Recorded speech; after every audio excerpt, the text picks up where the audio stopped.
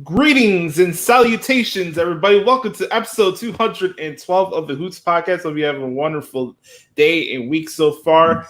It is Thursday, July 2nd, 2020. I want to welcome everybody to the program and thank you to each and every single one of you who support the podcast each and every single week. It is yours truly, the one and only Joshie Lopez. You can follow me on Twitter at the Hoots podcast.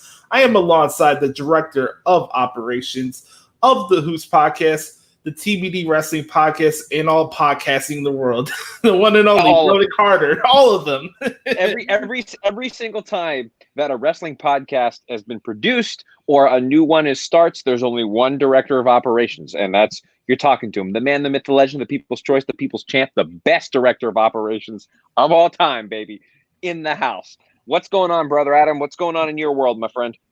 It's Brother Carter in the house. Glad to get the crew back together. And thank you, everybody who checked out last week's episode as well. I got some nice feedback about the speaking out discussion that I had in the beginning. Right. And Derek had his recorded segments as well. Still popping up for the What's Wrong with AEW segment, which we're going to be doing again today because oh boy! It seems that in pro wrestling, double standards are the norm when it comes to analyzing these shows. So we're going to get into that later on. Also, we'll be recapping night one of Fyter Fest and the Great American Bash.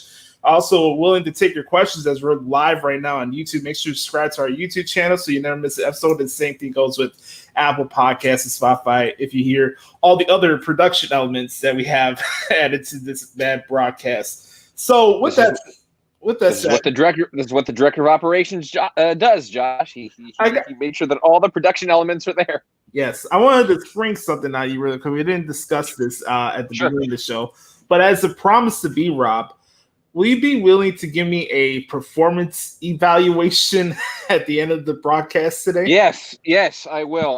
Listen, when you're the director of operations, you have to be ready at a moment's notice to evaluate things, to see how things are going. I got to hand in my TPS reports to all the specific people. You know what I'm saying? You got to be ready to go. You got to be ready to go at a moment's notice. So yes, Josh.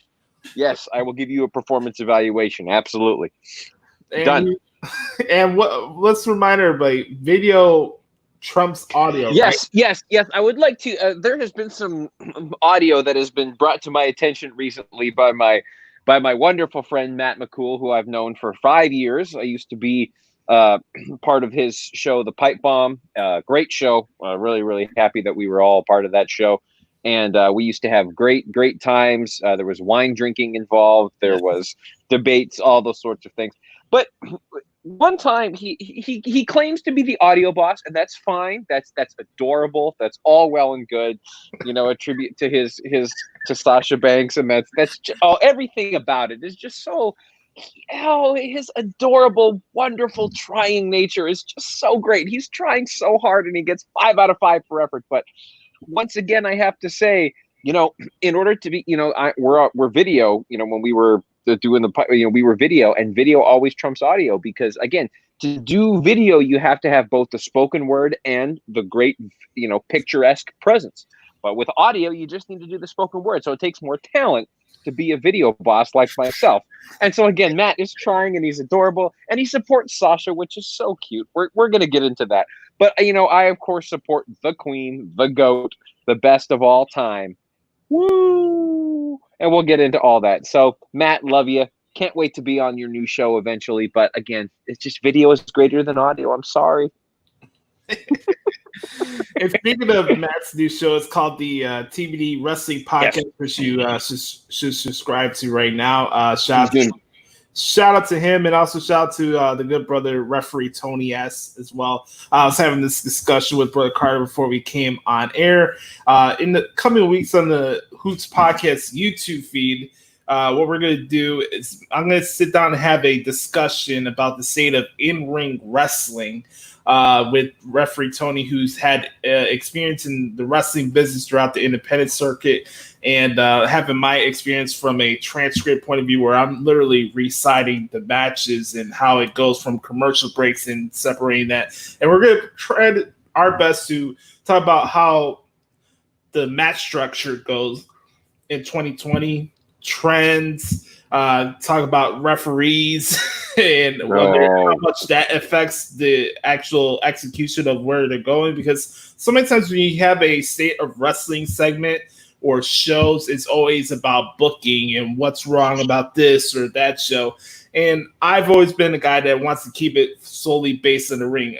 Promos, everything outside of that is window dressing, because the real stories are told in the ring at the end of the day, and that's why this business exists in the first place. So I'm gonna actually reveal my process behind making ProWrestlingTranscriptions.com, and I have a different method for every show that I cover. And fantastic. And it's gonna be a fun conversation. I think it'd be really cool for wrestling fans who are into the technical aspect of the in-ring stuff, and it kind of breaks up the minutia of the booking discussions every single week on the 200 other wrestling podcasts that are around the world. I think you lowballed that number, Josh. Isn't it more like 2,000 wrestling podcasts? I mean, there's just a ton of them.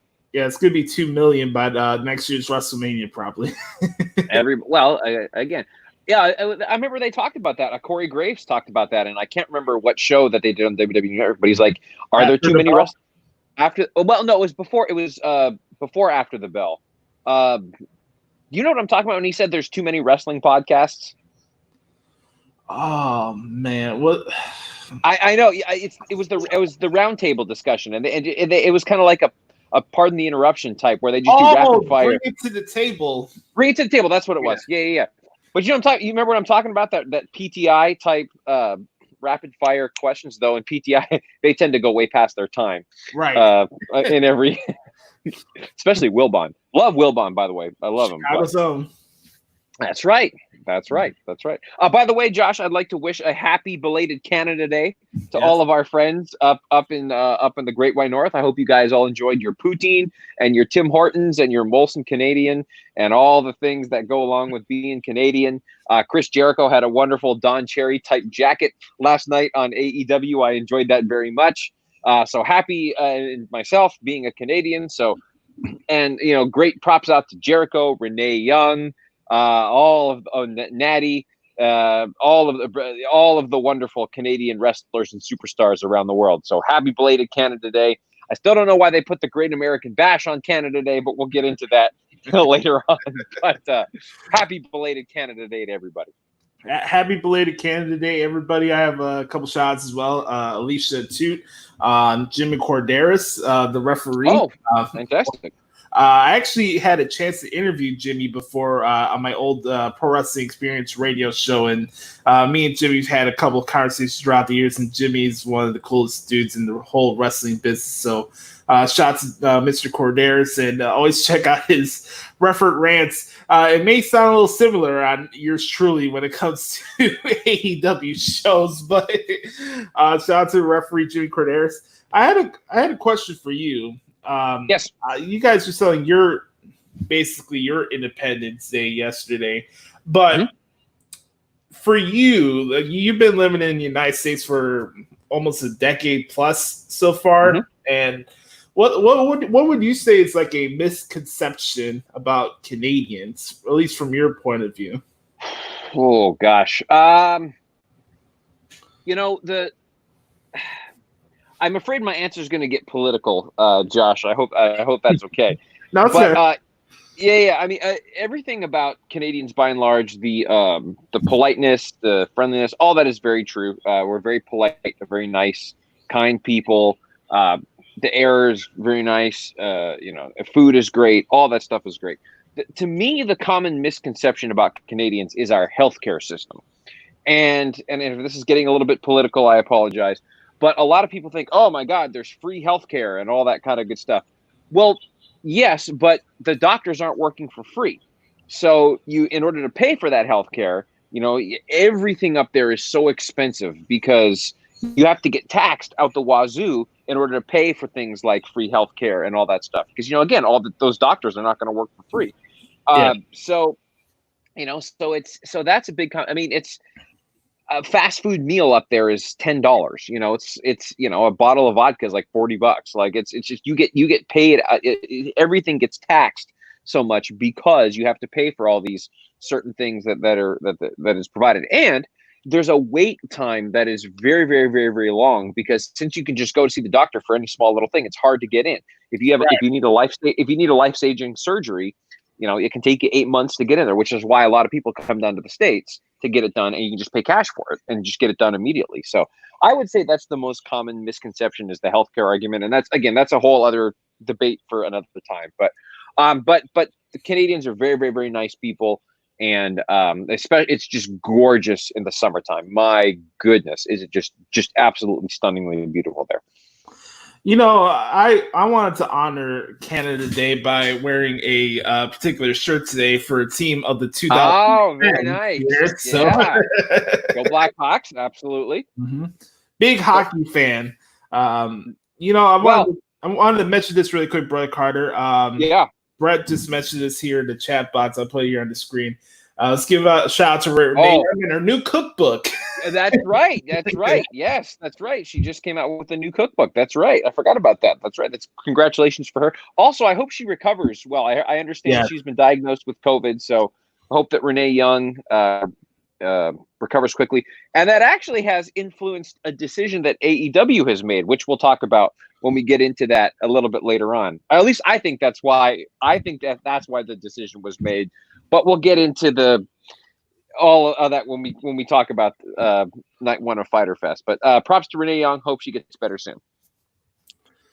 Before we get into this weekend pro wrestling, I wanted to mention really quick a little quick sports segment, because this is not just a wrestling podcast. We hit all the jugglers we could on this podcast, and we're not going to leave you hanging like President Trump at a press conference. So what we're going to do here, we're going to talk about Cam Newton getting picked up by the New England Patriots for a 1 year, was it $7.5 million contract for the season, something like that? I thought it was way less than that. I thought he was. I read he's getting paid way, way less than that. Let me look it up. Yeah, either way, but like Cam Newton's been the big sports story outside of everything that's COVID-19. I mean, you can't look anywhere without getting some type of reference about COVID-19 these days. And obviously it's for particular reasons and stuff, and I understand that. But it's nice to get a little break from that beast every once in a while. Does even have something like water cooler to talk about? So Cam Newton's now with the New England Patriots, and the hyperbole machine is already going into soliloquy modes. I heard that Stephen A. Smith said that he wouldn't be surprised if the Patriots are now contenders for making the AFC Championship game the other day, which I think is kind of ridiculous because, usually I don't agree with what comes out of Max Kellerman's mouth, but he had a good point when he's like, Stephen A is the same person that was like, oh my God, Tom Brady was burlesque without weapons, like he didn't have enough weapons to bring into the promised land or whatever. And I'm always the proponent of being consistent with what you're going with and how you go about things. And when you talk out your both sides of your mouth, it's an issue. Right. So does Cam Newton make the Patriots a Super Bowl contender? That's the question I have for Brett Carter, and that's the question I have for everybody listening and watching the show right now. And by the way, shout out to our good brother Patrick Fritz at Rated PWF, who's also a big New England Patriots fan as well. So I'd love to get your thoughts on this, Pat. Go ahead, Brett Carter. Well, okay, so here's the thing about this. Really what I think this does, well, there's two things. Number one, Cam Newton hasn't played in a while. And so, we're going to see how much of that, rust he's got and all that kind of good stuff, because they're all saying if Cam Newton played like he did back in 2013, 14, 15, and he was because he was MVP of the league, I think, at some point, right? So if he can play like that, then absolutely the Patriots have a shot to be Super Bowl contenders if he can do that. But it all depends on what the magic, what kind of magic he can recreate. It's whether will he get the starting job? I think yes, he will get the starting job over Jared Stidham. But I do want to say real quick that this is from Bleacher Report. Okay. Newton will earn a base salary of $1.05 million with only 550,000 of it guaranteed. So the rest of it is it's up to 7.5 million if he meets all of his incentives with all that. So he's making less money guaranteed than the Patriots are paying for their fine when they spied on a Bengals game. So just keep that in mind for when you're dealing with Cam Newton. So I don't know if this is just he signed this deal because he wants to be under Belichick, or he just wants to play again, or nobody else would take him. I don't know. But all you need is an opportunity. And if Cam Newton can go in there and recreate that magic, they can I think they can absolutely. I don't know if they'll be Super Bowl contenders, because I think someone from the AFC South is going to end up coming out of there, whether it's the Bucks or the Saints. Matt Ryan is saying that him and the Falcons are going to make a run. I'll believe that when I see it. And I have to say that as a Saints fan. But so I think it's going to be somebody that comes out of the AFC South is going to win the Super Bowl this year. But again, if Cam Newton can recreate that magic, he's only in his early 30s. You never know. And Belichick's this is going to be if Belichick can pull this off, then at this point they should rename the Vince Lombardi Trophy the Bill Belichick Trophy, because if he can pull this off, then there's no question he's the GOAT. So we'll see. I'm down for any removal of Packer lore. As a Bears fan, you have to say that. That's right. Absolutely. I understand. All right. Here's my thoughts. I am a fan of Cam Newton, but also I'm not a guy that drools over his play. When I hear the discussion come up, of course Cam can come back to his 2015 form. Anytime I hear those type of conversation, it reminds me of another quarterback in the NFL that gets constant annual love every single year. And his name is Aaron Rodgers. And every year I hear that Aaron Rodgers makes the Packers a Super Bowl contender every single year. Well, the last time I checked, the last time the Packers were in a Super Bowl and won a Super Bowl, I was a junior in high school. And I'm not saying that it's the bad thing to look in the past and say, oh, that's the reason why things could or could not happen. But when I look at Cam Newton and what the Patriots have right now, he does not possess the traits that Tom Brady has. Right. When it comes to accuracy and clutch genes and all these other metrics you want to bring up when it comes to football. I'm not saying that Cam Newton's a bad quarterback, but I just think it's funny, the hyperbole machine, when a guy who's like has a big personality, obviously he wears the hats, Super Cam, all the fun stuff. But Aaron says the rest of Aaron needs to just go home and do State Farm commercials. Hey, he can probably bank. I'm telling you, he can probably bank doing that. I just saying. Aaron Rodgers is having a good life. He's getting money from commercials, and he has a good waterfall at home for him. So he's doing well for himself. Anyways, go back to what I was saying. Cam Newton's a good quarterback, but I wouldn't put him in like a top 10, top 15 category. And I've had a lot of people reach out to me like, oh, what's your thoughts on Cam going to the Patriots? Do you think you'd be a better fit with the Bears? When you have a guy like Cam Newton, I think for what the Bears need right now, it's more than just another guy that's a running quarterback. We already have one here. And when I look at guys that's reliable from a throwing point of view, Cam Newton's not the top guy that comes off the top of my head. And I've been listening to radio over the last couple of days while I've been busy at the tattoo shop. And the host would be talking about, the Bears didn't go all the way out as they need to. And they brought all these kickers in for the kicking competition, but wouldn't do the same for quarterbacks. I don't know why you're going to go all out and try to bring the best people in for competition for a season you don't even know it's going to happen in the first place. That's something I'll like to say first off, because yeah, we could do the 2020 hindsight game and, why didn't they bring in Kaepernick? Why didn't the Bears bring in Andy Dalton? Why did they bring all these other guys? You don't even know if a season's coming in. And if you look at it from a logical point of view, Nick Foles is the only guy that was out there that fits what the system is here. So is that to say, because Nick Foles is not a team now, that means that we're back to being Super Bowl contenders? I don't think so. And I don't think Nick Foles is going to be the starting quarterback either. So, when it comes to Cam Newton, whether it's Nick Foles, Cam Newton, Andy Dalton, Colin Kaepernick, who else? Case Keenum, who's with the Cleveland Browns now. Right. Any of those quarterbacks, none of those guys are going to bring you over the top. And Marcus Mariota. Yeah, he's with the Raiders now. Right. That's going to be a shit show. Jameis Winston's now with the Saints. They're going to be. Let's not talk about that. Josh. Hey, I got a question for you. Are you and B-Rod, are you going to eat dubs now? Is that what's going to happen? Oh, man, I don't know. Let's not. Lord. Now, again, because they're okay. Finish your thought, Josh, and then we'll get into that. My point is, I'm happy that Cam got a job back, but it also shows you another reason why it took so long for him to get off the market the way he did.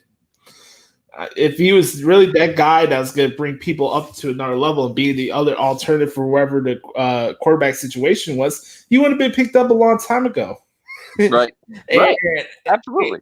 And of course, obviously, we can't be blind to the fact that he still has an injury concern that's out there. We don't know where he's fully at right now from a health point of view. I'm not saying that Cam Newton doesn't deserve a spot in the league. I just disagree with the notion that just because he got signed by the Patriots, that means that they're contenders again. Yes, they have the best coach of all time. Yes, they have a good defense. They still don't have any wide receivers outside Julian Edelman.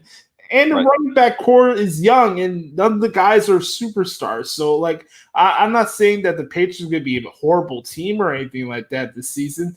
But realistically, is really Cam Newton going to bring the Patriots in the AFC Championship game this year? I don't think so. Now, I will say the thing though that people can turn to is saying, "Oh, well, look at Ryan Tannehill. You know, he was struggling for a long time in Miami, and then he got traded to is it Jacksonville? I think. No, Tennessee. Tennessee. That's right."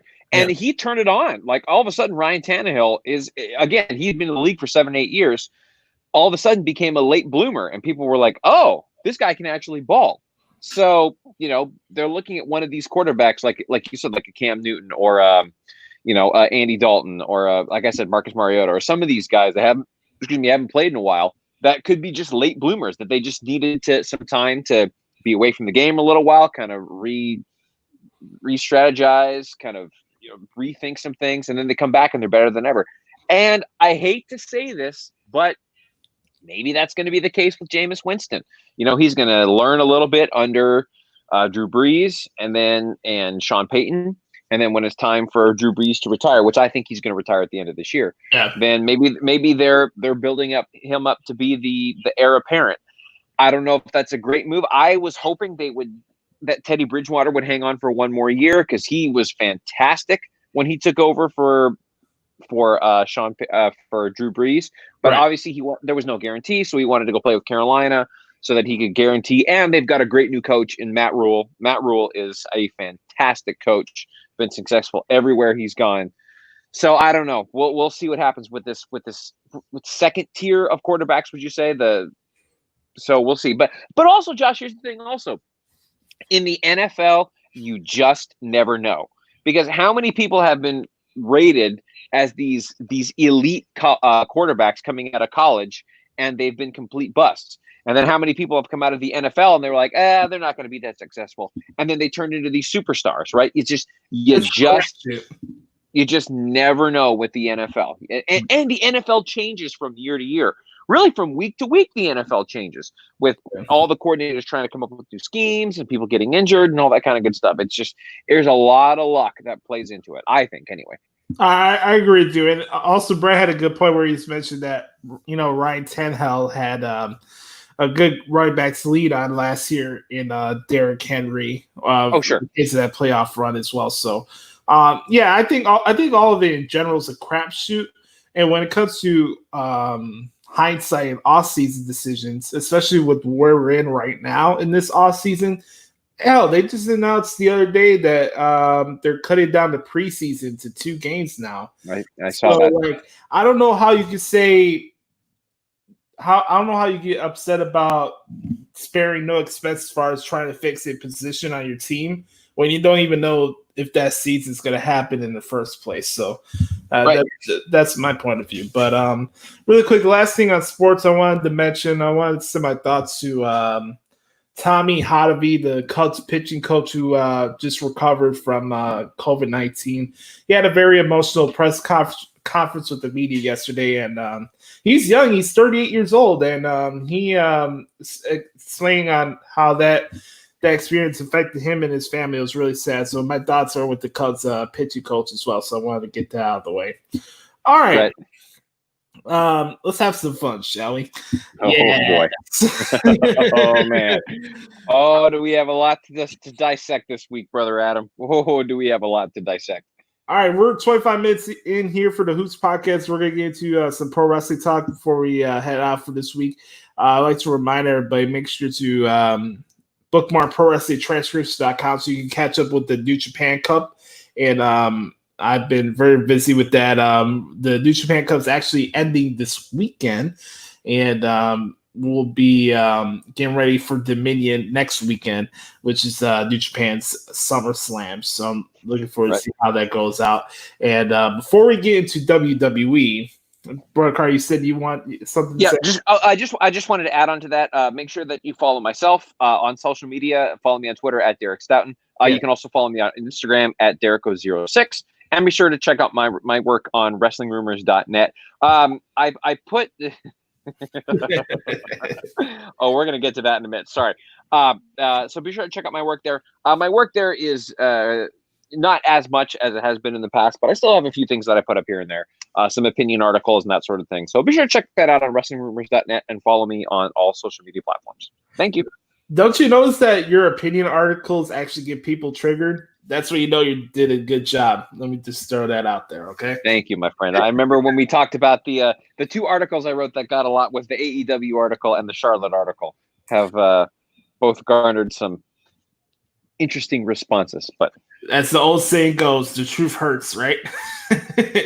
God, controversy. Easy E always says controversy creates cash. So I want to give a shout out to Eric Bischoff because this 83 Weeks podcast is really good. Is it? I haven't had a chance to check it out. I think for me, from like a wrestling fan point of view, I think I had a more deeper understanding and appreciation of context while listening to his shows and Bruce Pritchard's shows because they really filter through a lot of the innuendo crap that's out there where they can just hit you with the nuts and bolts and how it really goes from the television point of view because it's not only just the pro wrestling playbook that you have to adhere to when you have a televised wrestling company. You got program directors, you got sponsors. There's a lot of things that go into a wrestling show that not a lot of people pay attention to because it's not when you have a wrestling show, it's not just to be booked just like how it'd be in a smokebox ECW arena. That's not how it works when you have a televised wrestling company. It's different for New Japan because their distribution model is very different from WWE and AEW. They don't cut promos. They don't have storylines. Right. So it's very, very different. Brett says, be careful, Derek. People may put you on the list. They can put me on the list. It's fine. I created the list. So they can put me on whatever list they want. That's fine. But there's only one list that matters. The list of Jericho. Correct. Better watch out, man. And if they're not careful, and Brett, if you're not careful, you might make the list. I'm just saying. The list is currently somewhere in transit between here and Colorado. Which by the way, Josh, I want to let everybody know I will be a resident of the state of Colorado next week as I'm moving up there and starting into the next phase of my life, which I'm very excited about. So that'll be terrific. So moving on to that. So if we have any friends, listeners up in the Colorado area, I'll be up there and it'll be very, very exciting. I think Lashley's from there. Oh, is he? I think so, yeah. Right. Anyways, before we get to one of our big bolts and notes topics here, we're going to kind of have like a PTI kind of thing right now, actually. Sure. I'd start off with a couple things that are outside the WWE and AEW bubble, and we'll just hit them up from there. First, let's start off with this. We'll start off with the news that Tessa Blanchard last week got fired and terminated from Impact Wrestling, and also she's no longer obviously the Impact World Champion. That's been transitioned to a fatal 4-way match with the subsequent release of Michael Elgin during the whole Speak Out movement as well. So Impact's been shuffling the cards. It's now going to be Eddie Edwards, Ace Austin, Trey Miguel against a opponent to be determined at the Slammiversary pay-per-view to crown the brand new Impact World Champion at Slammiversary. First off, really quick, we'll start off with you, Brett Carter. Your thoughts on Tessa Blanchard getting let go by Impact and just kind of the craziness that's happening out there in Impact. Yeah, I mean, I saw that she was released from Impact. Not really surprised. They gave her the world title, which I thought was actually kind of cool. That she's the first female to hold the heavyweight championship from a major wrestling promotion. So I thought that was kind of cool. But then when the whole coronavirus thing hit, she wasn't fulfilling her obligations as champion. And it's just, what, she wasn't sending in promos. I think she was stuck in Mexico and couldn't make her way back or something like that. So it's not her fault. And I understand that.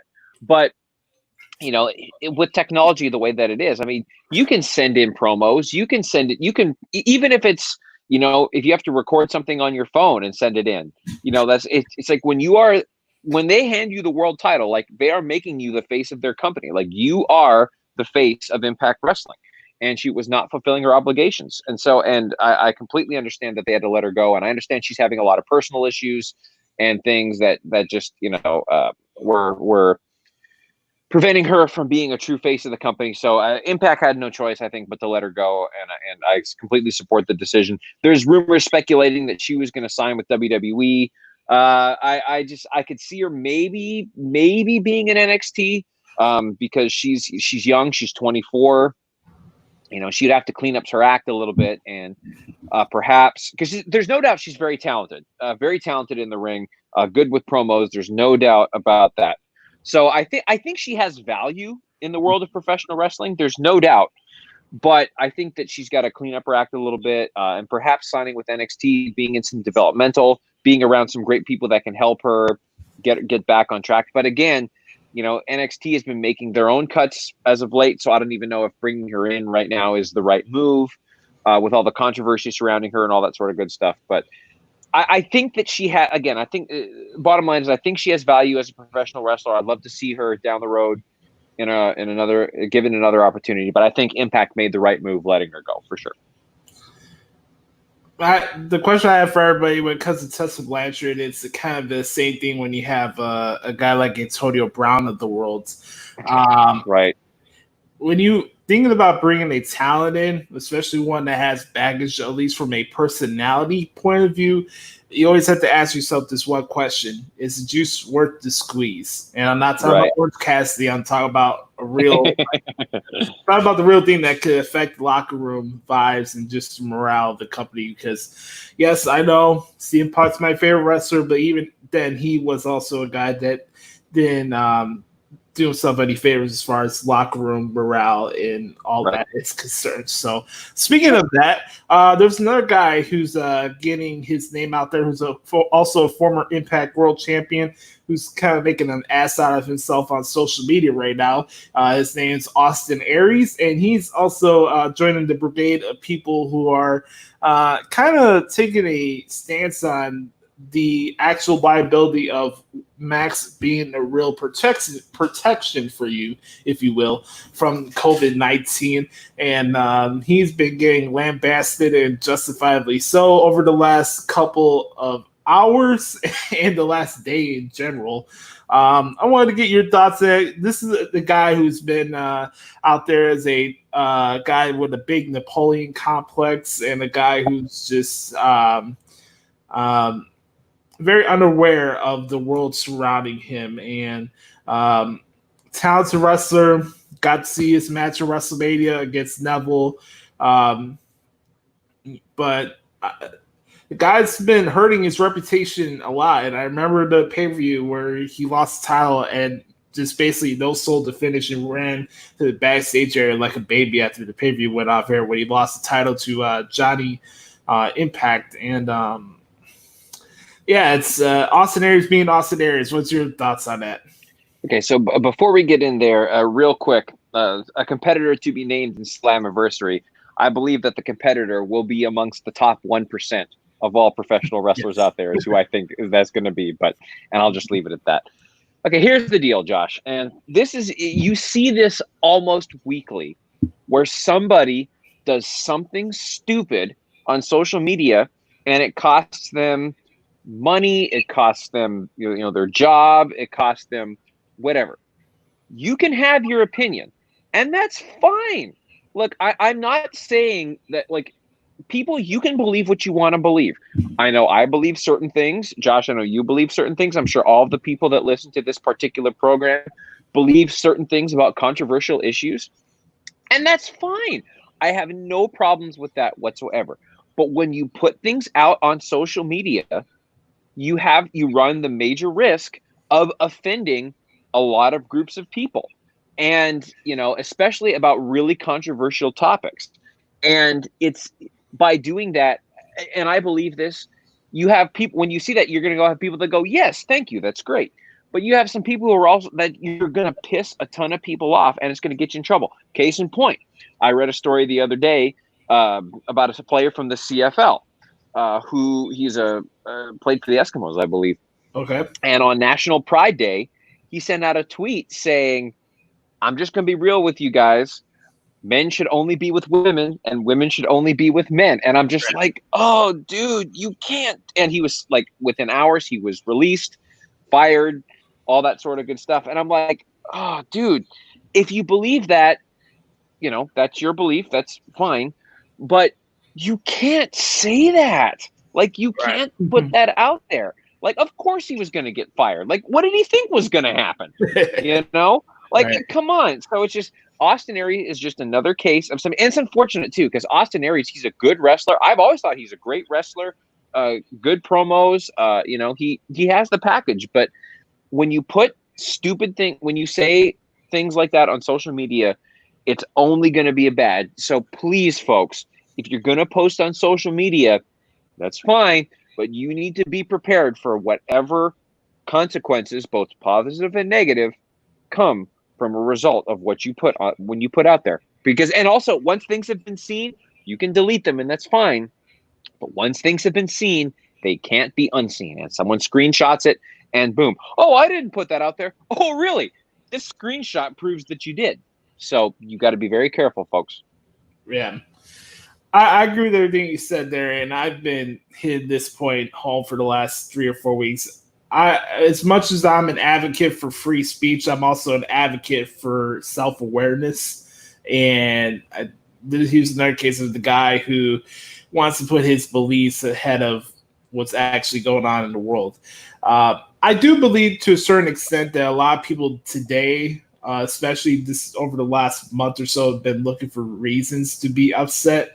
And I'm sure we can have another show another time about cancel culture. But for me, I think it's pretty simple just to say, like, hey, like, you're wearing a cloth, okay, depending on where you're going for, what was it, like an hour or so. Anytime you're out in public, you're just wearing a cloth. I hate wearing this thing. I'll be honest with you guys. I hate wearing this thing for 9 hours when I'm at the shop. I hate it. It's nauseating. I'm over it. I've been very exhausted with the COVID-19 news that's been going on since March, and now we're getting new raises and spikes and cases, and it's getting ugly in Arizona, in Florida, around the South as well. And I wish that everybody's taking the proper precautions, but at the same time, I do feel to a certain extent, not just COVID related, but in life, that a lot of people are looking for the littlest things to jump on somebody, to attack them from their point of view.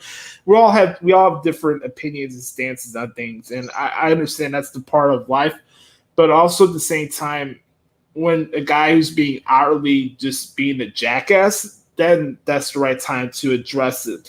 But I think also when you're trying to find the littlest thing to pick something out of what somebody said without actually getting the context of what that person was going for, I think that's a problem.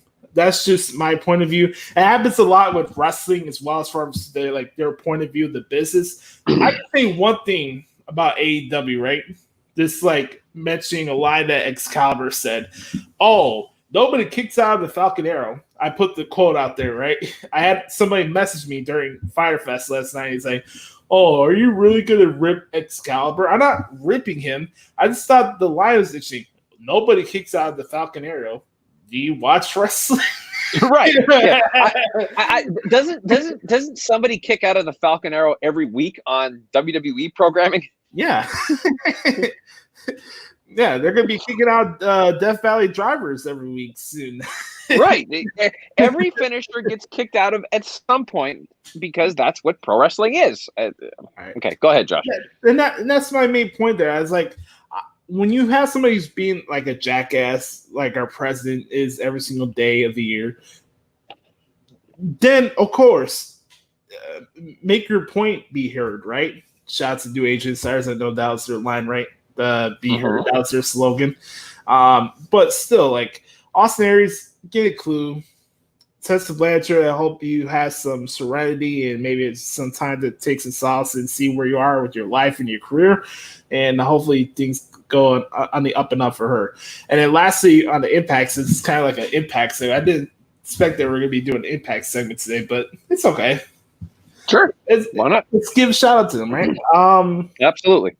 Last thing I wanted to mention is that, the reports are out there that Gallows and Anderson are going to be making their way to Impact Wrestling. They're going to be joining the group, which I think is a good signing for them because Impact's tag division can use some new tag teams, at least more star power. It's not like they don't have tag teams. It's just they don't have the star power that Gallows and Anderson do. And just have for those guys, no matter where they go, whether they are exclusive to Impact or they have a deal where they can work other promotions at the same time, wherever the situation is, I like watching Gallows and Anderson wrestle. Obviously, when it comes to this show, they have a big inspiration behind the name of the podcast, and always down to watch the Good Brothers wrestle, get that money, and Carl Anderson could promote his hot Asian wife, like he always says. So, yes. And you can't go wrong with Chad Too Bad and Tex Ferguson. Oh my gosh, they were unbelievable in Southpaw Regional Wrestling. They both were fantastic. That show was definitely for them and Fandango. If you had the Anchorman of WWE movie, you had those. Oh my god! You put it there. I mean, AJ Styles as the car dealer was incredible. Oh god! Ric Flair doing the promo for a Ric Flair impersonator, that was great. I saw that. Rusev, it was incredible. The Butcher, Seth Rollins, it was awesome. Anybody that says, "Oh my God, these guys! Oh, I can't believe their career has been delegated to being a comedy act." It's hilarious, and people are talking about it, and they're entertained. Isn't that what you want in the world of professional wrestling? Right. Picture if Otis was in Southpaw Regional Wrestling. Oh my God, that would be incredible. Oh, that'd be so good.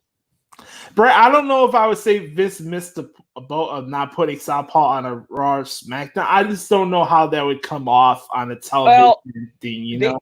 They tried it once when they brought out Pelvis Wesley. Oh, yeah, I do remember that, yes. To try to promote Southpaw Regional Wrestling. Well, that was great. I mean, I thought that was hilarious. That was Heath Slater, right? Yeah. As pelvis. That's awesome. Mr. McElroy going against the sea creature with Tyler Breeze. That was great. Oh man, it was awesome. Now, if you awesome. If you could do a Southpaw Regional Wrestling like special event where you have the characters and you have the matches like that, maybe you could pull it off. I just don't think it would fit with Raw SmackDown where everybody having. This is what I've been noticing when it comes to Raw and SmackDown these days. People have like a imaginary checklist that they have next to them when they watch a show, and they have their pencil next to them, so they have to check box every little thing that has to happen on a television show in order for it to be good in their eyes. You know, right? That's like my observation when it comes to people live tweeting Raw and SmackDown these days. Like they have fucking binocular glasses around the area just ready to inspect the show. Right. All right. On that note, let's get into this week in WWE. We're going to get to talk about the road to Extreme Rules, the horror show. This has been kind of a new slogan for WWE when it comes to their pay-per-views, where they add a little different added layer to what the show is. Mm-hmm. Okay, Extreme Rules. We get the gimmick, hardcore weapons, yada, yada, yada.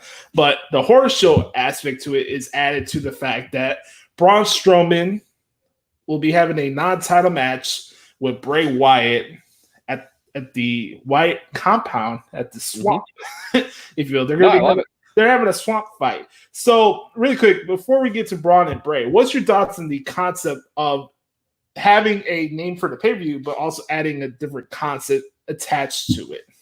I think it's fantastic. And I think the reason that that's going to work is because it allows for more production matches, which is what WWE has to do during this quarantine time. So I think it's absolutely terrific. I think that they're going to be able to film something awesome between Wyatt and Strowman, who are both fantastic characters. I think you're going to bring back elements of Bray Wyatt as his original, the Eater of Worlds gimmick, and then Braun Strowman can do more with the sheep gimmick. So I think it's going to be a wonderful idea. When they said that they were going to do a swamp match, you immediately knew it was going to be a production match, which WWE, by the way, has been hitting home runs on every single one of their production matches since WrestleMania. Yes. By the way, I think it was very cool on SmackDown that they showed the Boneyard match, the AJ Styles Undertaker Boneyard match. I thought that was very, very, very cool. So I love it. I think it's going to be terrific. And it's WWE thinking outside the box, which is something that they have to do during this pandemic. I love it. I think sooner or later we have to do a special segment or a show about the last ride. Yeah. Oh man. We gotta get to that. I was telling Matt a couple weeks ago, man, when they played that damn George Strait song at the end of the chapter 5, I started freaking crying my eyes out like I was at WrestleMania. Troubadour, yeah. Real quick, Josh, yes or no? Do you believe that we've seen the last of The Undertaker? No. Okay. Either way, I'm going to support what Mark Calloway wants to do with his life. If anybody has a right to say what he wants to do with his career, it's him. I was kind of taken aback by people like, oh, why do they keep bringing Ric Flair to these shows with the virus and everything? He wants to be there for a reason. I think we have to get to the point where we understand that these performers are making decisions for them. I would think that Ric Flair is at the part of his life where he can say, no, I don't want to be there. I don't have to be there. No, of course, Ric Flair does not have to be at these shows. Of course, Big Show does not have to be at these shows, but they want to be there. They could be there. Right. So, same thing goes with Undertaker. If he wants to have one more match with the big stadium with a actual wrestling match that fits a fitting end to his career, he has that right. And I think a lot of us try to play judge, jury, and executioner with some of these performers, and I don't think it's cool. So I do hope that Undertaker has one more match. Selfishly for me, I felt really bad with the fact that I did not get to see AJ and Taker in person this year. But like you said, watching him back, the Boneyard match was just awesome, and it was really cool. To answer Brett's question here, when do we get to see Sister Abigail, and who do you see playing the part? I don't think we'll see Sister Abigail until the end of Bray Wyatt's run in WWE. Bray Wyatt Bray Wyatt, Sister Abigail brought Bray Wyatt to the WWE universe, she'll take him out of the WWE universe. So and that has to come with time. I don't know who that could be. That could be anybody at this point. But I think from a concept point of view, she's the one that's going to take him out. Because, we don't need Sister Abigail right now. Like, we don't, Bray Wyatt has done such an incredible job with this character now with the Firefly Funhouse and the Fiend. It's adding Sister Abigail would only, I wouldn't say ruin it, but it might oversaturate the character. And once the Firefly Funhouse and Fiend gimmick has run its course, because it will. Well, I say that, but the Undertaker's gimmick hasn't run its course for 30 years, so you never know. But once you need the next evolution of the Bray Wyatt character, then you can bring in a Sister Abigail, or his mind could just come up with something else, and it would be amazing. But I don't think you need it right now. I never had a chance to meet the person Bray Wyatt or have know anything behind him personally, but I maybe have engaged a little bit that maybe the Funhouse version of Bray is actually more of Bray in real life.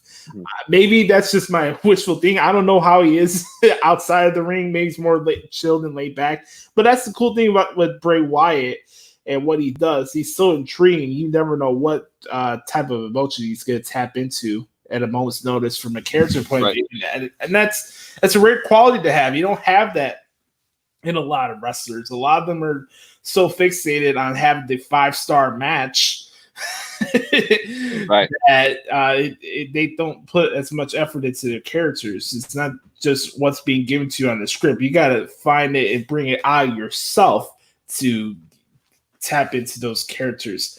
That's why I'm kind of intrigued to see who's behind this hacker gimmick, because you would think they probably have a major part of the show once it's revealed. So, but we also haven't seen the hacker for a while. But that's also a good thing. You don't want it oversaturated. We're like, okay, enough of these vignettes. Are we going to get to see the guy? Like, sure. You're asking where's these vignettes? That's the part of television where you continue going forward with that. So Bray Wyatt, Braun Strowman, I think it's the right choice for it being a cinematic match. Maybe it'll have a different vibe into it. The House of Horrors, which got a lot of bad reviews. Randy Orton was mentioning this on After the Bell with Corey Graves, and he was saying he watched it back and he thought it was really good, but he said the element that affected them is that they aired it in the arena while the live crowd was there, and he thought it would have been a better idea if it was him and Bray in a special a night before that pay-per-view. Oh, I see. So, you know what I mean? Something like that. Right. I don't disagree with them, because you could do that. And I think I did say that during that weekend, because I remember it was 2017 Payback, and you could have done that and play highlights of it the next night on the pay-per-view. You know, sure. Yeah, I'm really intrigued to see what Bray and Braun do, and I think it's a good pairing for them. And it's gonna be awesome. One thing I wanted to mention really quick is that when it comes to like formatting a show, especially down in these quarantine shows, I don't think we could go by the 1990s playbook of Crash TV format where we have to have storylines for every single person in the division. Right. We're gonna get into this a little bit with the women's wrestling in WWE, but like for me, when you have that hour, those 2 hours or 3 hours of Raw, pick out what you actually want to be out there, and it's hard. Obviously WWE has a lot of people on the roster, whether it's Raw, SmackDown, NXT, the whole Jim and Jabang. So they have a lot of people, but this is not 1999 where you can have Hardcore Holly and Crash Holly get in the feud and all these other side feuds. I just don't think that would work.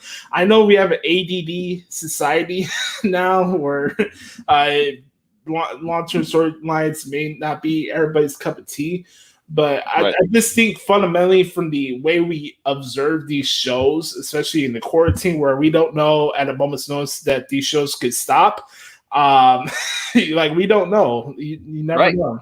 And I think we need to kind of take a step back and reevaluate how some of these shows should be produced, because when I'm watching these shows, and you have the NXT crowds around the ringside area, but still the ambience of what WWE is that live audience, and it's a different show. So when I'm watching a show in the Performance Center, I'm not expecting the show to be booked like it would be in a 20,000 seat arena. So that's just my thoughts on it. Anything you want to add on that? Well, and I will say I'm going to give AEW credit here, because I actually think since they've done the introduction of bringing, their own people in to watch the shows, I actually, for some reason, I've really liked the AEW live audience versus WWE's live audience. I think for whatever reason, I don't know if it's just because it's the superstars and not, just the developmental talent, or because it's the size of the arena. They're doing it at the, what's the name? Bailey Place. Yeah, thank you. Mm-hmm. I don't know if it's just a venue or what it is, but for whatever reason, I like AEW's vibe of the live crowd versus the WWE live crowd. So I'm going to give them credit on that, and that they've been doing a really great job with that. But Josh, I agree with you. I mean, unfortunately, you can't book those shows the same way, because it's just like you said, they feed off that crowd, and you've got to make sure that what you're doing reflects the situation that you're in, and reflects the I'm just going to say that it reflects the situation that you're in. So that part I agree with you, but I also do want to give AEW credit, because I think they've done a better job with that than WWE has. I'll get into that a little bit as far as the tailgate area for AEW. But really quick from SmackDown, first part of the show was a tribute to The Undertaker, coming off the heels of the last ride. But also there were some things that actually went out storyline-wise that went on the show. Also, just to mention Bray Wyatt and Braun Strowman. Also, we had Baron Corbin come out and rip The Undertaker, as only King Corbin would do. Pretty solid promo. We had a fatal four-way match for the ladies to determine the number one contender who will fight Bayley at Extreme Rules. And I'm sure I saw Brett's comment earlier about putting Bayley to her tail. Jeez. Yes, that would be yes. If they could do that right away, that would be fantastic. If I could have, if this is like Men in Black, and I can have Will Smith bring out that flashy thing and just zap my brain of this Bayley title reign, I think it'd be good for my soul. I don't know, Josh. I'm going to disagree with you there. Okay. Because Bayley has been doing her job. Her job has been to annoy the hell out of everybody, and she's done it well. Like, we're both annoyed by her, but that's the character she's trying to portray, and she's done it well. And WWE has seen something in her. She currently has the longest reign of the SmackDown Women's Championship in history. So she's done what she's, ever since she's turned heel, which a lot of us have wanted. We've wanted the heel turn, and I've actually enjoyed the heel turn. Now, is she annoying? Yes. But to me, I think she's doing her job. And I actually think that Bayley is very talented. Now, am I ready for her to be done? Yes. Am I ready for a new SmackDown Women's Champion? Yes. But she's taken the character that's been given to her and has run with it. So I applaud Bayley for her title run. It's been, to me, it's getting a lot of the same criticisms as Jinder Mahal's title run did. And you and I praised Jinder Mahal's title run back when he had it back in 2017. It's like, oh, how did they give him the belt? Blah, blah, blah, blah. We love the modern day Maharaja and everything he brought to it, because he did the best he could with the opportunity he was given. There's one disagreement I have with that comparison. Bayley had the NXT and the wrestling community backing her when she came. Oh, okay. Fair. Okay. Fair. Jinder Mahal is a WWE product, and this how like the guys like King Corbin get treatment like that, and the list goes on and on. Those type of characters, when you're not from the indies, they get viewed in a different realm, I guess. And I love the modern day Maharaja. I feel bad that he had to get another knee surgery. I felt really bad for him. Sucks. But here's my thing with Bayley. Like, I not only am just exhausted with her title reign, it's just the whole like notion that supposedly her and Sasha been the best part of programming over the last couple months, and I couldn't disagree more. Have they been doing good work? I'll say yeah, but more from the Sasha Banks point of view, at least in my opinion. But yes, Brett, never hinder the gender. Yes. Gender. Wow. So yeah, Bailey and Sasha have done good work, but I would not say that they've been the best part of programming. I mean, you look at guys for sure. You look at guys like Otis, who's been capitalizing out of anybody in these quarantine shows. Sonya Deville, another good promo with her and Mandy Rose on Miss TV last week. They've been doing great work. Drew McIntyre, MVP. We can get to the legends like Randy Orton and Edge, who have been clicking on all cylinders. Look at Randy Orton. Since we're talking about this week in WWE, here's the power of Randy Orton. He wasn't even on Raw this week, and his element, his aura, his presence is still clicking on all cylinders to the fact that you're interested in what Big Show's doing. Think about that. Think about that, ladies and gentlemen. That's how good Randy Orton is right now. Yeah. I could throw bouquets at Edge and how great his promos are. Edge is a Hall of Famer for a reason. We all know that. So, Randy Orton's the man. But I just think the notion that Sasha and Bailey are just the best part of programming and saving these shows, I just disagree because there's other performers who've been doing good during this quarantine era. I know this is normal to say that everything WWE does is wrong, but there are performers who are actually maximizing their opportunities. But go ahead. I was just gonna say, I definitely don't think they're the best part of the program. Don't get me wrong. That I definitely do not think that. I'm just saying that Bailey has been doing. I think Bailey's been doing a good job as the SmackDown Women's Champion, and she's been playing her role well. So that's all I was saying. Yeah. What was I going to mention here? 8-man tag match really quick from SmackDown. I'll get into the matches I liked this week. It was New Day and Lucha House Party beating Cesaro, Nakamura, and Miz Morrison. Hey. Ho. Good 8-man tag match there. Transition really quick to Monday Night Raw. We had MVP and Apollo Crews. They've gotten their little feud going on, and MVP has been like the layer of all layers in the show. The guy's been just kicking ass in the show. he might be at the top of the whole company. He might be up there. Well, I like to tell everybody what you're seeing right now is MVP confirming his Hall of Fame status. That's what we're seeing right now from MVP. He's been awesome. The show started off with the brawl with Sasha and Asuka as we got into the double contract signing. I really liked the Drew McIntyre, Dolph Ziggler portion of the contract signing because I thought they were hitting some good talking points and Ziggler had his good points, and I was talking with Brett Carter. When you have a pay-per-view like Extreme Rules or Battleground or wherever the pay-per-view is, you have pit stops. Look at the people Stone Cold Steve Austin would fight during the Attitude Era for random pay-per-views. Like 1 month would be The Rock, the next would be Kurt Angle, the next would be Benoit or Booker T, wherever the person is. My point is, it's like you can't have marquee title matches you have pit stops. And what I like about this, it's not random. Everything Dolph Ziggler said in his promo in that contract signing made sense, and Ziggler and McIntyre have history with each other. Obviously, they have a good match. But there is a different layer to this story as opposed to what Drew McIntyre and Bobby Lashley just did at Money what's it, Money in the Bank? No, Payback. No, Backlash. There you go. Backlash. Yes. Sorry. Backlash. Yeah, sorry. Man, we've been watching wrestling for too long. I know. Oh my god, I know. It's all just coming together. I know. Oh gosh. Okay, go ahead.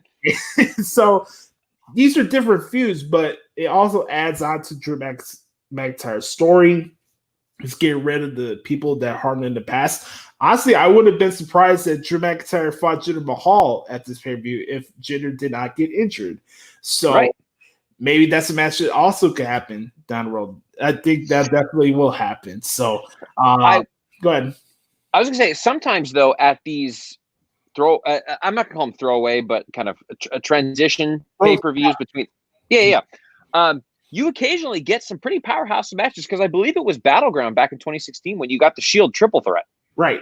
Mm-hmm. And that was awesome. I believe it was at Money in the Bank. Well, Money in the Bank is one of the top 4 pay-per-views now, but it was there. Dean Ambrose cashed in and won the world title. Right. So sometimes in these midsummer pay-per-views, you get these big moments and these big matches. And I remember people were so upset. Oh my God, why are they giving us the Shield triple threat now? Because it led to something bigger at SummerSlam. So that's what happens. Yeah. Well, what about like Fastlane, where you had like Roman Reigns against Brock Lesnar and Dean Ambrose, the triple threat match, something like that. Well, getting into the fall, I think it was at No Mercy in the fall. You had Roman Reigns against John Cena. Like that's a WrestleMania match. Right, but that was a great match. So it happens at these things occasionally. Mm-hmm. So we'll see what's going on with SmackDown. I don't know if there's anything extra announced besides Sheamus have his toast to Jeff Hardy tomorrow, so we'll see how that goes. I was telling my Uncle Jeremy, who's also a big wrestling fan, I was telling him that Sheamus going to come out with a bin of alcohol just for Jeff Hardy. That's what it's going to be. Jeez. It's going to be kind of similar to Jericho and CM Punk type of thing. So I'll go probably false count anywhere for Sheamus and Jeff Hardy for Extreme Rules. Sure. There you go. I like it. What do you think is this match stipulation? What do you think is going to be the stipulation that Dolph Ziggler picks for his match with Drew McIntyre? That's very interesting. There's a lot they could go with. I think McIntyre's been really emphasizing the fact that the Claymore kick could just lay out everybody. Mm-hmm. Maybe it's not the sexiest stipulation in the world, but you remember when Edge fought Dolph Ziggler at Royal Rumble 2011, that the spear was banned from the match. Mm-hmm. So my stipulation is that the Claymore is banned for their match at Extreme Rules. He's taking out his number one weapon. Oh, I like it. Oh, but, because then he can. Then imagine McIntyre goes and wins with the super kick with Ziggler's move, just him with a super kick, and then pins him with that. Because I can see that happening too if they use that stipulation that Ziggler uses, or then McIntyre uses the super kick to win his match. I'm trying to remember the last time that somebody won a match using somebody else's finishing move, because that's always been a false finish in all these other promotions. Sure, but it's never finished a match. I want to see that happen. That'd be great. Yeah, that'd be awesome. That's a great idea. So, banning the Claymore as a stipulation, I think would work. Maybe it's not extreme, maybe it's not ECW. I'm sorry, guys, but it's just something off the top of my head and realistically where they could go. And I like it. All right, so after that, we'll get to Monday Night Raw. One of my favorite segments of the show was Seth Rollins and this program in general, Rey Mysterio. They've been kicking ass. I had a feeling that maybe Seth would have challenged Dominic to a match at Extreme Rules, but that did not happen. I would not be surprised if Seth Rollins fights Aleister Black, or maybe they just have a rematch of that tag match, which was really good on Raw. Seth Rollins, Buddy Murphy, Aleister Black, and Humberto Carrillo. Pretty good stuff there. And then the other match that stood out to me, Bobby Lashley and Ricochet, right before the main event, was a really, really good match as well. Ricochet has a 365 special, which will be airing on the network on Sunday, so go check that out. Burkhart, what stood out to you from Raw? Anything you like or didn't like? What stood out to you? Yeah, to me, the best part about Raw, honestly, was the MVP, everything he's been doing with Bobby Lashley. And I posed this question: who's going to be the next U.S. or who's going to be U.S. champion first? Is it going to be MVP or is it going to be Bobby Lashley? Because right now, both of them are kind of intertwined with Apollo Crews for who could possibly win the U.S. title next. And I don't know if that would lead to a split between Lashley and MVP. I know MVP has also been trying to recruit for his stable. So that could be something that could be also intertwined in that. So I really liked it. I thought that was really good. Seth Rollins is just so good. It's just incredible. I could also see maybe, and I know I'm thinking outside the box here, repeat the tag match Extreme Rules. The winner gets to pick the stipulation for the Seth Rollins Rey Mysterio match that I think we're going to get at WrestleMania at SummerSlam. Yeah, and that's where I think Dominic turns is at SummerSlam, and then Dominic allies himself with the Monday Night Messiah. So I could see that happening, and then that leads to Mysterio versus Dominic at WrestleMania next year, and then that becomes Mysterio's final match. So there's traditional heels like a King Corbin or MJFs of the world, and then there's effective heels like Seth Rollins. Oh, right, absolutely. I thought that the Angel Garza Andrade storyline is fine, but it's very confusing to me because I don't know if they're trying to push them as a tag team, but they're also trying to push a split.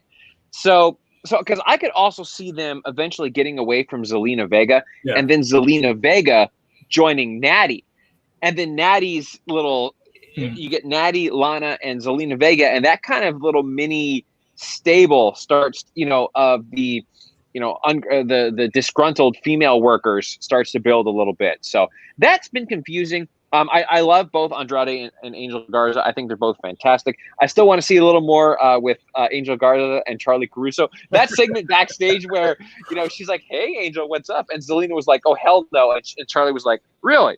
So I kind of like that. I don't know if people caught on to that, but I thought that was hilarious. So, but Asuka is fantastic. She continues to be the best part of the women's division right now since Charlotte Flair is off television. Yeah. But I thought that was great. Before we leave WWE, Josh, and I want to get your thoughts on this, I want to have a discussion about the women's division in WWE. So we'll get into that in a bit. But go ahead. I was gonna say I really like Peyton Royce's new spinning brain busters. Yeah. That was awesome. Yeah, that was really, really smooth. Picking back to your point with Angel Garza and Andrade, I had somebody comparing a slow burn to Cody Rhodes' eventual heel turn. Here's the difference. We're having a slow turn of this breakup with Andrade and Angel Garza. And it looks like maybe Selena will side with Angel Garza besides Andrade. And that's a slow burn that can add on to future stuff. My thing with Cody Rhodes, we're just having a slow burn to get him to being a heel. My issue with that is that Cody should have been heel the entire time. Right. And we'll get to that once we get into AEW, but let's compare the situations because there is a slow burn. Maybe that's why you're kind of confused why you don't know where they're going to go. I do think we'll probably get that tag title match with Angel Garza and Andrade against the Street Profits. It's a little different pairing because Andrade was supposed to fight at WrestleMania against the Street Profits for the Raw tag titles, but he got injured. So So little long-term story point there that people kind of forget. So props to them for I actually thought that their promo with the Big Show was pretty good too. Yes. That was really good. So I enjoyed that. That was great. All right, so we just hit on Raw and SmackDown. The last thing we're going to talk about here for this week in WWE is kind of where things are right now as far as the women's division is concerned. Brett Carter and I were touched on this a little bit yesterday, but go ahead. What do you want to address more importantly? So I believe it was about a month ago on this very show, we were talking about which show's women's division was the best. And I had said, I think it was right after, or maybe it was right after WrestleMania. I can't remember. But I said, on paper, the Raw women's division looks absolutely stacked because you had Asuka, you had Nia Jax, you had Charlotte Flair, you had Shayna Baszler, Kairi Sane. Just a completely stacked women's division. Yeah. My thoughts have now shifted, Josh, and I now believe that the best women's division in all professional wrestling is in NXT. I think that that's just become absolutely a phenomenal division. Yes. And I'm just going to read, reading some of look at the Fatal 4-Way last night. I thought was between, let me pull it up because I want to remember I remember it was awesome. Mia Yim, Candice LeRae, Tegan Nox, Dakota Kai, which I thought was just incredible. So you have them, you have Mercedes Martinez, you have Rhea Ripley who is in there. Just the women's division. Scarlett. I know she's with Killer Cross, but damn, Scarlett is freaking awesome. Mm-hmm. every single one of those performers has been fantastic. And then you get over to Raw, and I know that's not her fault, but Charlotte's injured. But let's say that, for example, Charlotte was not injured and she was fine. You have Asuka and Charlotte Flair. Who else? I mean, Shayna Baszler, they're keeping her off TV. They're keeping her off TV for some reason. Nia Jax has been a flop. I know Kairi Sane is injured. Who else is there? Zelina Vega hasn't really been doing anything. Natty hasn't really been. She's meh. Lana's meh. You know, they haven't been making their most opportunities. So who's left? You know? And then over on SmackDown, you've got and what proves this to me, Josh, is that who is Asuka facing at Extreme Rules? A SmackDown competitor in Sasha Banks. Like, are you telling me out of everybody on the main roster, Sasha Banks is your best opponent? Give a new person a chance. You know, why not give Dana Brooke a chance? I've said for years Dana Brooke has been fantastic. You know, why not give her a shot? I know she's on SmackDown, but I mean, the brand extension is essentially over. So you could easily write a storyline to give her a shot. I think Carmella, give her a shot. She's fantastic. So are you really mean to tell me Sasha Banks is your best opinion? So I'm very weary of the main roster women's division right now. And I think NXT's women's division has surpassed. Oh, Shotzi Blackheart too. I forgot about her. She's fantastic as well. So that's kind of my thoughts on where the women's the state of the women's divisions in WWE right now. I think this is a good case of when promotions make mistakes by caving into peer pressure on Twitter. And to your point, is Sasha really the best person to fight Asuka right now? In my opinion, no. I think I've been on the record as saying that Shayna Baszler should have been the Raw Women's Champion after Becky Lynch announced her that she was being pregnant, and Shayna has been on television in weeks since Money in the Bank, so I don't know what's going on with her. That's my only point of contention as far as the Raw Women's side, because I saw that Natty and Lana are now attacking. They had a pretty funny segment on the bump yesterday that I got to see. So obviously maybe get some more questions answered as far as why they're together, what's their purpose, yada yada yada. Maybe something comes from there. I do like the fact that we're seeing the icons. They're getting more TV time now weekly than they did when there was crowds. So right. I think that's something, even though maybe their win-loss record is not great, but hell, Pay Royce and win-loss record reference right here. Would it surprise you that I tell you that Shawn Spears' win-loss record is 13-13 in AEW? And just adds to the point that wins and losses, maybe it matters to some people, but it's not the end all be all. But I am happy to see concert get more TV time recently, for sure. And, on the SmackDown side, here's the thing: I don't know why Alexa and Nikki needed to lose the women's tag team titles. I don't think they needed to. I think it's a missed opportunity that Alexa Bliss is not the SmackDown Women's Champion right now, because I think she's leaps and bounds better than Bayley when it comes to in-ring work, and also when it comes to being a heel and on the mic. So I don't know how much longer Alexa and Nikki are going to be tag partners. Nikki Cross is getting her opportunity at Extreme Rules, which is cool. Different match, different opportunity, right? So let's see what happens there. Let's see more Liv Morgan, but I have my reasons for that, obviously. Well, okay. What do you think with her? But here's the one thing. Maybe in-ring wise, maybe NXT is capitalizing better than the Raw and SmackDown Women's Division, but I think it would be bad to kind of ignore what Mandy Rose and Sonya Deville have been doing over the last couple months on SmackDown, because they've been doing some of the best character work in the company over the last couple months. And go ahead. Is this interesting that because you mentioned Mandy Rose and Sonya Deville, who I agree with you, they might be two of the best. What their character work has been two of the best. But we're not talking about them for a title match. So what does that say about what we think about titles? You know, is title secondary? But we've said this, the title is just a prop. You know, like if we're talking about really good storytelling, we're not even thinking of Mandy Rose or Sonya Deville, who they're doing fantastic work. Why aren't they getting title matches? Because they're involved with more intricate storylines that people care more about. Yeah. Which is what does that say something about the championships in I don't know if it's just WWE. Well, no, it's all professional wrestling because look at we'll get into AEW and their title situation here in a little bit. But yeah, I mean, what does that say? Like, why isn't Mandy Rose competing for a SmackDown champion? Why Sonya Deville? I mean, she's one of the best in-ring competitors that WWE has on the female side. Well, really in the whole company, not just on the female side, but in the whole company. Why isn't she getting a title match? Yeah, and that's why I was mentioning earlier about reevaluating how you observe these shows. Put your 1998 checklist to the side and start trying to evolve with the way you process these shows. And yeah, think about it. They don't need a title. Mandy and Sonya don't need a title for their feud.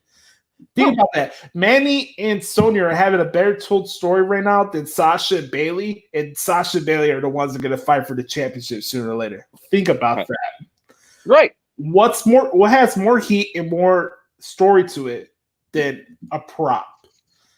And the dynamic of Bayley as a heel and Sasha Banks as a babyface and trying to rekindle what happened in Brooklyn, I just don't think it's going to happen. Again, I like what Sasha's doing. She's been doing some great stuff. Her match has been really good. But the pairing of her and Bayley has been highly overexposed on both brands, all three brands, actually, to be honest with you. And as much as I like watching Sasha wrestle, I don't think she's the end-all be-all that everybody makes her out to be. I don't. That does not mean that she's not a star and that she's not one of the best wrestlers in the company. She's awesome. But and he also shows you how special Charlotte Flair is because you went the whole roll call say that the divisions for Raw and SmackDown have been kind of missing. Charlotte Flair is taking some time off, and before you know it, things will get back to neutral because maybe Asuka would have been fighting Charlotte at Extreme Rules or SummerSlam. And that's the power of Charlotte Flair. Woo! We're 2.5 weeks out from Extreme Rules and get ready for the predictions for that show. Yes. The Rules of Extreme, the horror show. By the way, I popped really big for Samoa Joe when he's like, they're doing in the middle of the Braun. He was so like, you guys can wait for 3 weeks for the horror show. That is extreme. I don't know if you heard that. Like, no. Yeah, no, that was great. Oh my god, that was hilarious. I had somebody compare me to Samoa Joe the other day, and I thought it was really humbling. Because sometimes I feel like I'm quick on my feet when it comes to certain lines and stuff, but like that dude was great. They have a Pure 6 brawl going on. He's still fucking the show at the same time. He's doing his job. Sorry, I thought of one other thing, Josh. They need to give R-Truth a raise every time that he is on television because oh my god, that's great. And now he's doing the stuff with the ninjas and like that stuff. That's awesome. It's so good. First ballot Hall of Famer. Oh, for sure. Now, it seems as of late they've been trying to turn the 24/7 championship into more of a legit title and having matches in the ring. Do you prefer that, or do you prefer when the 24/7 championship was just this goofy title that you could win at any time? I think we'd get more skits if we didn't have the pandemic going on right now. Sure. I kind of miss the outside the WWE shoots where they had the Drake Maverick and his wife at the hotel with R-Truth, stuff like that, Everybody running after Truth to get the title. I mean, they have to be very precautious with the whole where they shoot these things. I mean, I know a lot of people were ripping the whole Viking Raiders, Street Profits games, golf, stuff like that. But, something out of the box doesn't hurt anybody. But if you get some more people on TV that usually don't see, and you still have R-Truth being R-Truth, I think it's a good thing for the title. So, no, it's great. So I just had to throw that in there. Every week, R-Truth cracks me up. He's awesome. With that said, ladies and gentlemen, that's been this week's edition, if you will, for WWE. All right, ladies and gentlemen, It's about that time. Hold on. Do you want to do the good stuff first? Because I actually thought there was some really great stuff. We're tying this all together. Right. We're wrapping up the show with this, okay? Do it. With that note, it's time for this week of What the Hell is Wrong with AEW. And going in live in 5, 4, 3, 2. It's time for What the Hell is Wrong with AEW.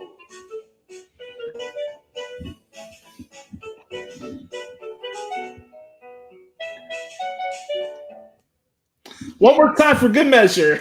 Let's do it. One more time. Nope, I had the answer right there. All right, for the end. Here we go. One more time for the intro. Do it. It's time for What the Hell is Wrong with AEW. Oh my God. Boom, boom. Oh man. What the hell is wrong with you? What the hell is wrong with AEW this week is brought to you by Wrestling Observer F4W Thank Online. Thank you. Yes. Thank you. A segment that's going to be piercing through the ears of Nimrods and smart marks around the world. A segment where we don't just bloviate over a Teflon company. But on a positive note, since this is a show that doesn't dwell on negativity, we do acknowledge and give credit where credit's due and some good stuff that went down for Fyter Fest. So we have the continuation of the Wednesday Night Wars, ladies and gentlemen. The greatest war ever. Right. Exactly. Okay, go ahead. So we had Fyter Fest going head-to-head with the Great American Bash, but why'd they put the Great American Bash on Canada Day? I'm sorry, that's protest. Go ahead. Because they'll have you asking that question. That's why. Oh, I see. Correct. All right, go ahead. Oh, man. All right. So Fyter Fest, we had Chris Jericho on commentary joining Jim Ross, Excalibur, and Tony Schiavone. If they're going to do four-man booths like they did in WCW, why can't they switch out Excalibur the second hour with Mike today or somebody else? Because if I have to hear Excalibur for 2 hours every single week, my ears are going to freaking fall off. Oh, okay. There was a throwaway line that Jericho said that was really funny. They were talking about things that were trending and stuff, and he goes, "Hey, you know what? Hey, you remember when Excalibur Rules was trending? It wasn't, you stupid idiot, or something like that. Like that was, I was dying laughing. Like that was great. And I'm like, well, you kind. Jericho definitely has the knack for commentary. I don't know if he would ever do it fully after he retires. I still think he has that.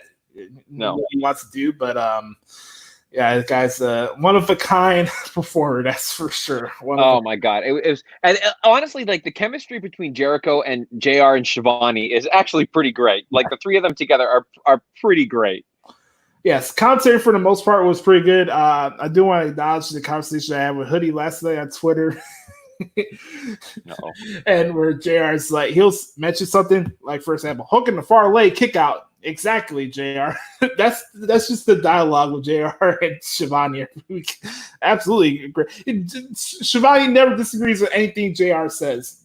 I don't know if that's in the contract for JR and AEW that no commentators can disagree with anything he says, but I don't know. Show kicked off with a really, really good tag team match where you had MJF, the prized possession of AEW, and Wardlow taking on the Jurassic Express. MJF and Wardlow unfortunately lost to Jungle Jabroni and Lucha Dragon thanks to interference from Stunted Growth. So this is the one Jim Cornette thing that I am keeping on this show is Jelly, Janela, and Stunted Growth, okay? So Stunted Growth gets involved in the match, right? and Wardlow throws them off the stage into Jungle Boy. I thought that was a good spot. There's this really good match. I mentioned this on Twitter last night. Luchasaurus is such a good athlete for a guy his size, and he's awesome. Wardlow's been getting better with each match he's been having on AEW. I think maybe Luchasaurus relies a little too much on the kicks sometimes, but there was some good action there. Everybody knows my norm already when it comes to AEW and their tag matches, and I'm saving that for the discussion I have with referee Tony as far as discretion. By the way, usually in the tag match, you have 5 seconds to get out once you get tagged in.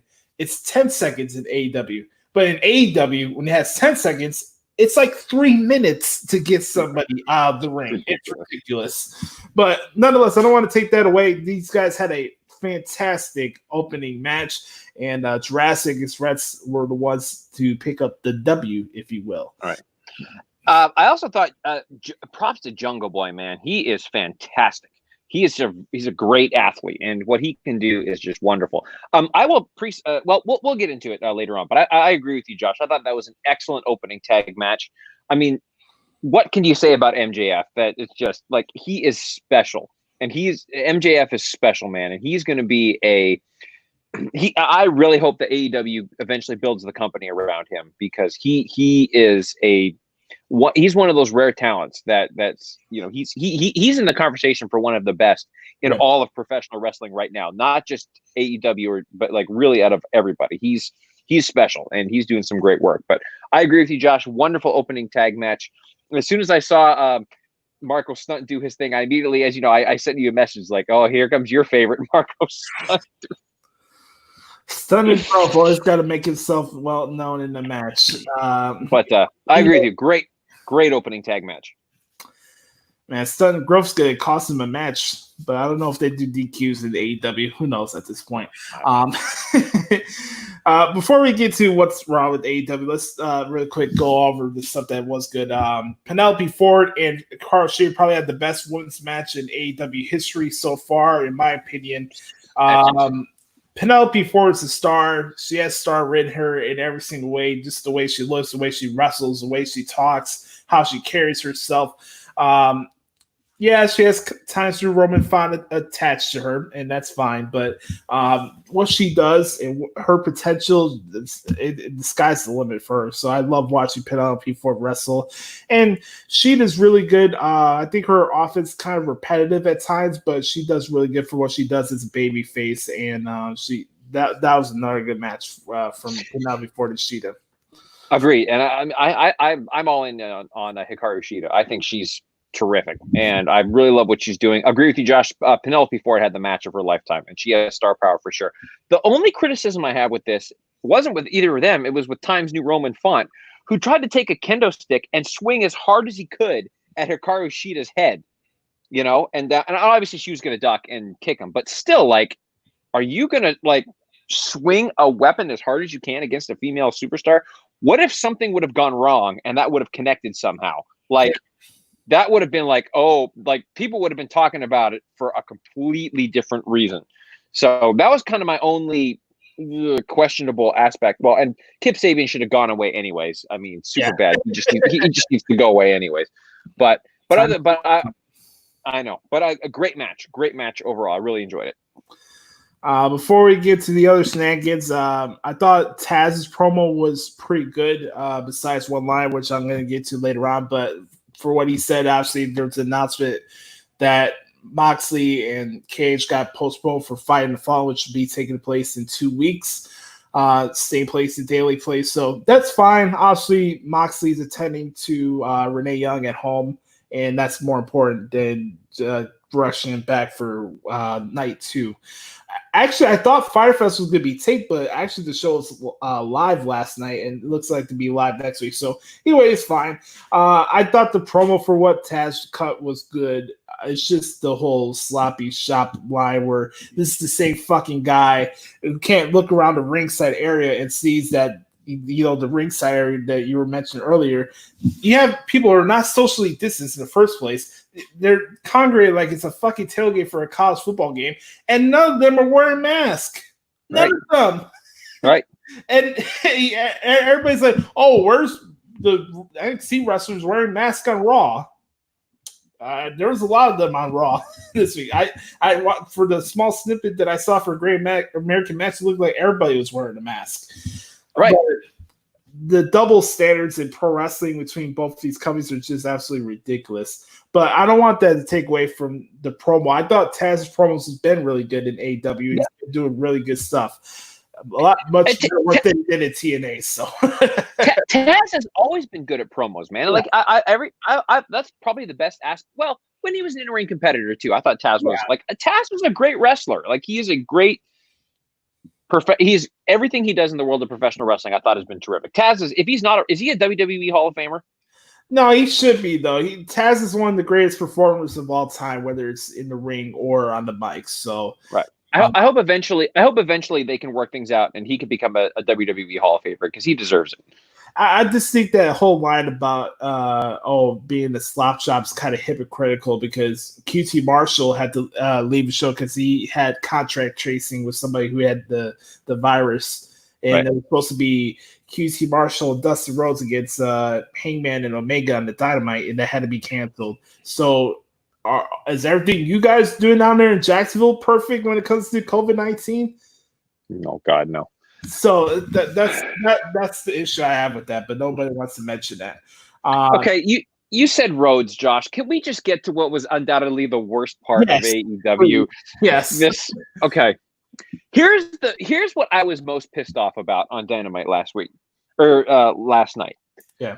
We knew going into the TNT Championship match that it was going to be all about Cody and him focusing on whatever it was he was going to do. Yep. And, I did not have high expectations for the actual match between Jack Swagger and Stardust, which is really what that match was. They had a good match. Like they were going, I actually thought that the in-ring competition, take away all the stupid ass shenanigans, which were stupid. They really were. I thought it was actually a really good match between Cody and Jake Hager. I thought that the storytelling back and forth was great. I thought the in-ring action was good. The athleticism was very good. Cody hitting that stunner from the top rope, I thought was really good. That was all terrific.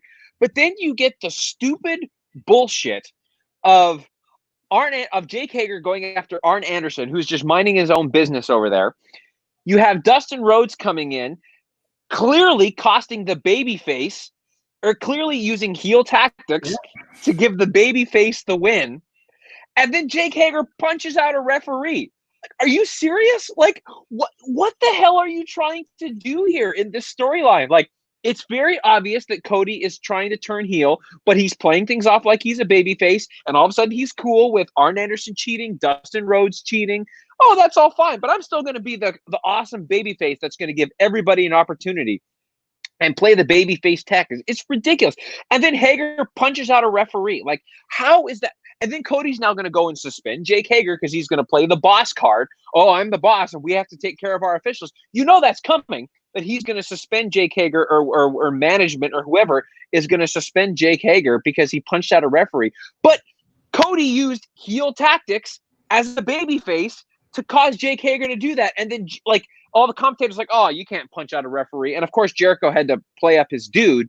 So it was stupid. It was ridiculous. It was Cody Rhodes may now be worse than Jeff Jarrett when it comes to being the boss and being a dick to try to hold on to your title.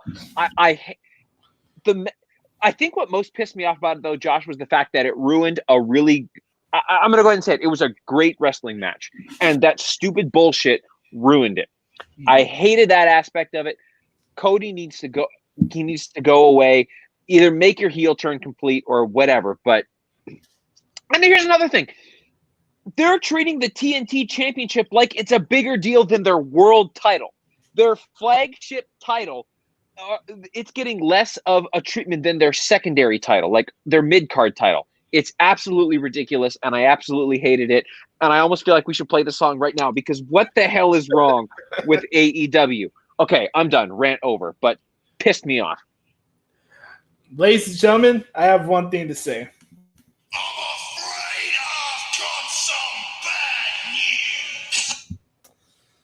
Okay, So that was a great rant, Brother Carter, and I agree with everything you just mentioned there. We have the American Nightmare to the American Hypocrite. By the way, what babyface am I going to cheer that has the name American Nightmare? Wouldn't I want to be happy in America? I've had this conversation. Shout out to good brother Dedrian, who I went to school with for broadcasting at IMS. He's a good brother, and we have these back and forth debates about AEW and just wrestling in general. But like, I am not going to put a blind eye to this hypocritical presentation that is Cody Rhodes.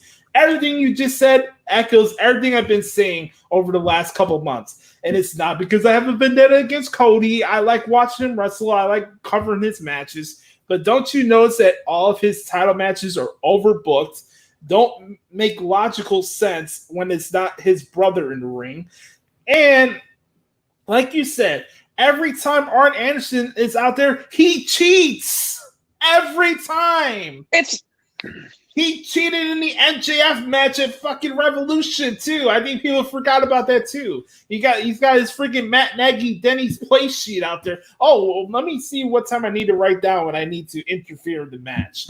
Like, get the fuck out of here. I like Arn Anderson, but if you guys gonna pretend that this Cody Rhodes thing, he's a babyface, he's a good politician. On screen, I'm not saying that Cody Rhodes is a bad person, but from the character point of view, Cody Rhodes is a hypocrite.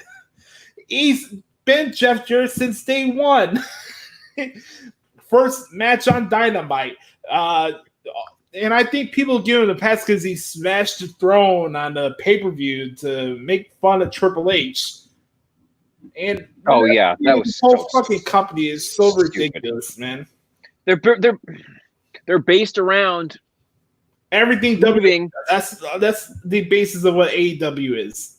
Which is why, again, plug here, Josh. If you go back to Wrestling Rumors, I wrote an article about how AEW is proving that WWE is the best wrestling company in the world because everything they're doing is taking shots at WWE and not trying to build their own identity. It's ridiculous. By the way, shout out to Jake Hager's wife. He definitely outkicked his coverage. So shout out to Jake Hager. Yes. I should say that was another outstanding part about that match was some Hager. What's her name? Catalina. Catalina. Yes. Oh, yes. So Catalina is a type of salad dressing. So can we call that salad dressing waterfall? Oh God. Italian dressing waterfall. Oh, Lord. All right. Before we wrap this segment up, the main event was what it was. I thought it was an okay match, just from what I see from most guys. I like Best Friends as a tag team, but it was obvious when the cows came home that Kenny Omega and Hangman Page were going to retain. You have FTR come out and drink beers.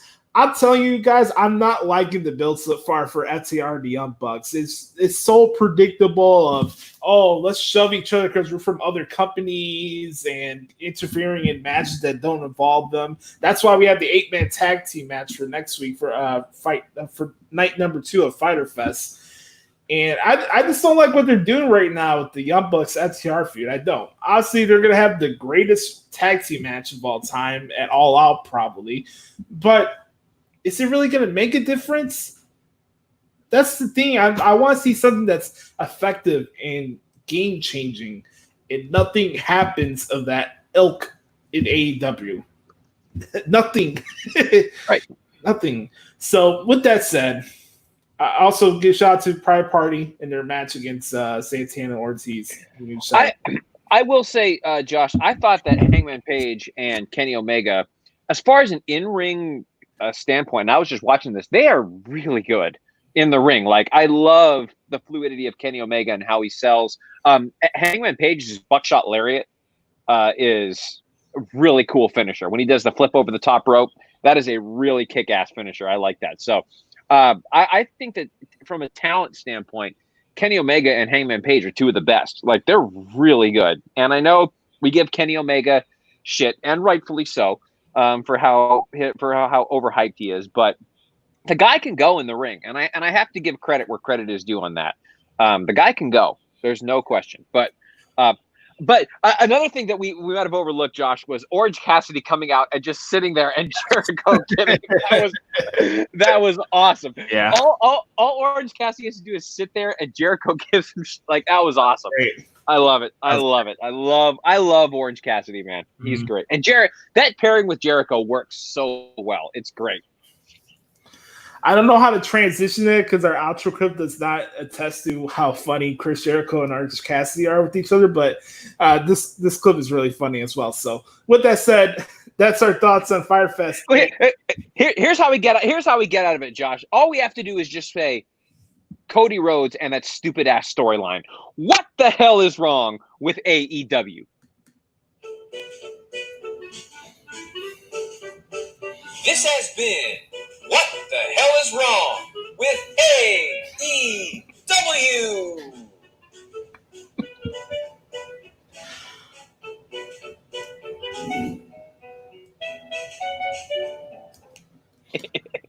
One more time. All right, let's do it again. Why not? I love this clip. This has been What the Hell is Wrong with AEW.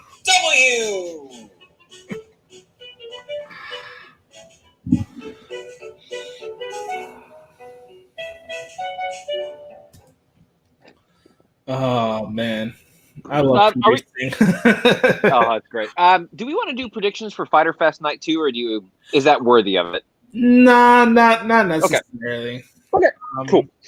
But with that said, though, before we head out, it is time for the performance evaluation. Yes. I feel like there needs to be a little fanfare in there, but Josh, I am very impressed with the direction that the Hoots podcast is going. I especially want to give a shout out to your co-host, who I think has been doing tremendous work. Truly one of the finest co-hosts you could have brought on to. No, I'm just kidding. Right. I love what we're doing. It's been. I think I love what you're doing. Your commentary every week is spot on. I love the fact that we do a balance between professional wrestling and real life and other real life issues. I thought it's been great. You get a 10 out of 10 on your performance evaluation, Josh. Congratulations. Very, very, very well done. Way to go, my friend. Well done. I appreciate that, Brother Carter. I like to remind everybody, video trumps audio, but also you can get the audio version of this podcast every single week on Apple Podcasts and Spotify. Leave us a review. Tell us what you think about the show. Subscribe so you never miss an episode. And make sure you support the good brothers in the world like Matt and his show TBD Wrestling Podcast and Referee Tony. Looking forward to having that State of In-Ring Wrestling episode with Tony in the coming weeks. That's going to be a lot of fun. Shout out to all the good brothers, Sam, Brandon DeJesus, all the good brothers who listen to the show every single week, and each and every single one of you who listen to the show every single week. You're good brothers and good sisters as well. We don't have fans here. That's not how we roll here on the Hoots podcast. Also, just wanted to say, make sure to follow Brother Carter as well on the social at Derek Stoughton, also at Jericho06 on Instagram. I'm on Twitter at the Hoots Podcast. Joshie Lopez 94 on Instagram and Josh Lopez Music as well for some cool guitar covers. Hope you guys have a wonderful weekend. It is 4th of July. At least in my point of view, I don't feel like it's the right time to celebrate this country's independence because the flag has been kind of down a notch in my point of view for the last couple of months. So besides that, enjoy time with the family, more importantly, on the 4th of July this weekend, and happy belated Canada Day as always. And Bobby Bonilla Day. Let's not forget that as well. Happy belated Bobby Bonilla Day, the greatest hustler in the history of sports. So for Brother Carter, I'm Brother Adam. Thank you guys so much for checking out episode 212 of the Hoots Podcast. We'll be back here next week to recap night number 2 of Fyter Fest and American Bash. I'll make sure to catch up with it as well.